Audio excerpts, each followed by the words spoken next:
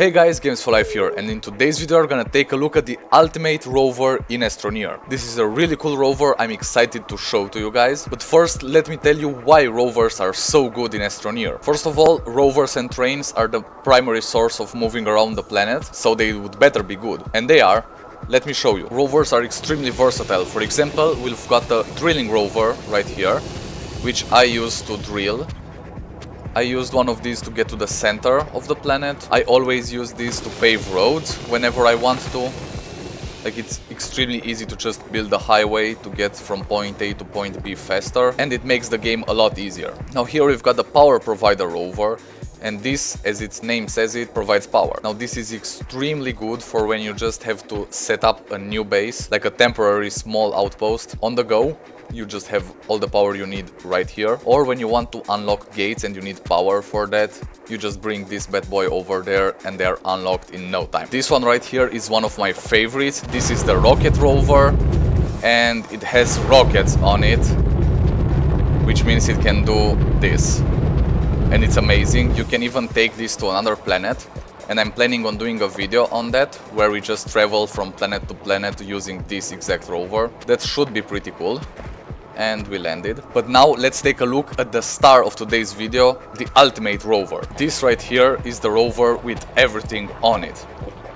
I'm of course talking about the train rover, or the rover train if you like. So let's have a quick overview of everything it has to offer before taking it for a spin around Glacio. So this is made of 4 rovers, which is the limit. I would honestly love to see 10 of these in a row, but right now the game only lets us have 4. So on the first one we've got a drill and a paver to make roads wherever we go. We've got an RTG for power, and then some medium storages with some more medium storages on top of them. Then the second rover is our smelting facility.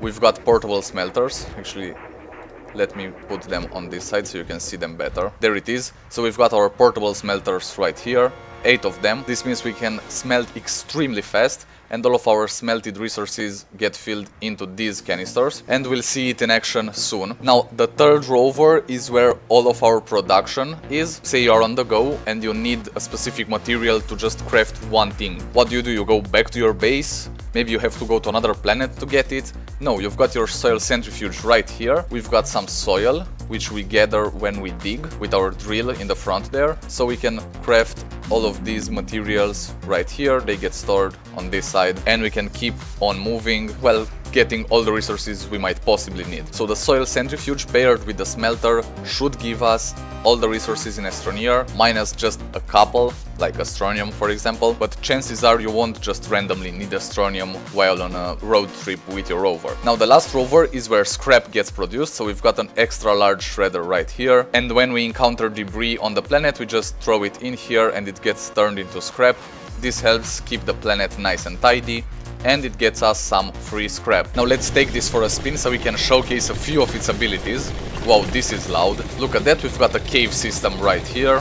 Okay, we dug down some more. So we are inside the cave system right here. That was easy to do with our drill and paver. So we've got a research item right here. I would like to take this back to the base, but it takes up a lot of storage space on the rover. So what should I do? Maybe I should package it? Now we do have packagers right here, but let's assume we didn't take any with us. I would have to go back to the base, get some graphite and then craft the packagers, but because we've got our soil centrifuge right here, we can craft our graphite on the go and we'll have the packagers in no time. That's why using this rover is so easy, because it has all the features you might need when you go out resource hunting. So if you just wanted to collect a ton of resources, we could keep going down until the core of the planet, and we would have all of the rover filled with valuable resources that would have otherwise taken a long time to collect with normal rovers. Graphite is done right here. Let's craft a packager. Now we can just package our nice research item right here, and we can safely store it on the rover without it taking a lot of space. The nice thing about it is that even while digging down you get resources, like we just passed a quartz reservoir and we gathered 4 quartz by just drilling down. so you really get a lot of resources even when just moving from one cave layer to the other. And those are just free resources basically, because you didn't have to waste any additional time to get them. Okay, so we came in the caves and now we need some resources. And now we've got materials. So why wait until we get to the base to smelt them when we can smelt them on the go right here in the caves? We've got all of these smelters, the portable ones, which can fit on every platform basically. This allows us to smelt 8 things at the same time, saving us both time and space on the rover. And now all the things get stored in here.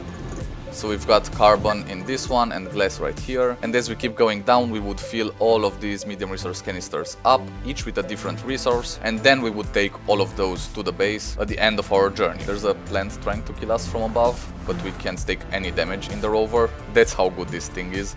No, I'm just kidding. You don't take damage in any kind of vehicle in Astroneer. Now, before heading back to the surface, I want to tell you something. So we've got the vehicles playlist, which I will keep adding videos to. The playlist is gonna get really big. It only has a couple videos right now, but I have some nice vehicle videos planned for it.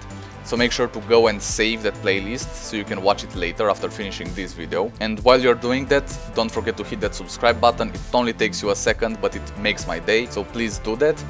And now let's get back to the video. Now it's time to go back up to the surface. And here we are.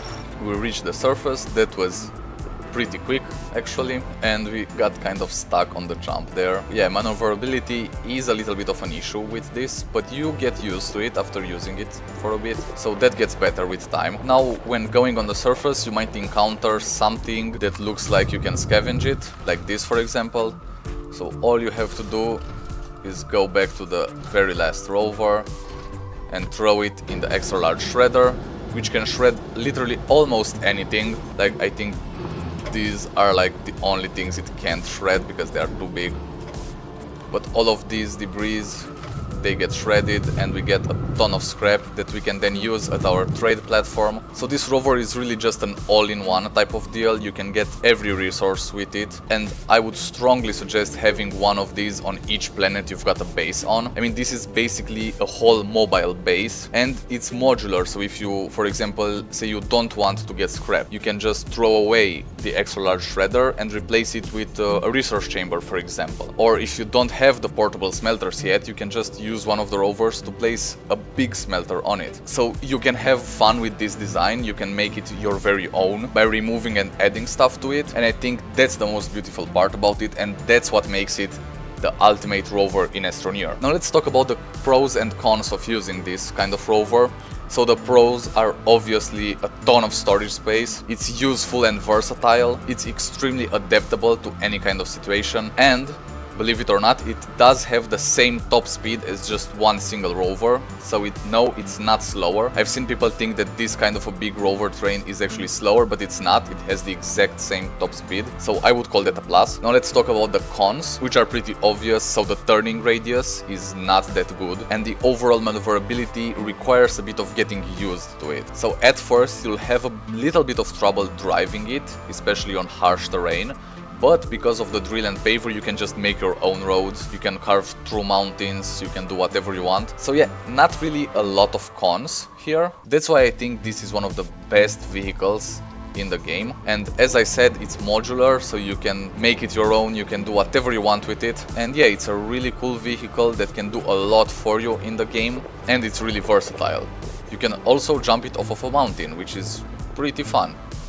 Unless it gets stuck up there, that's not good. But I should end the video while hanging here. So don't forget to save that vehicles playlist, take a look through it, see what videos you like and watch them. Also let me know down in the comment section below if you enjoyed this video or not. I always appreciate your feedback. Let me see what else. Yeah, please subscribe, that really helps a lot.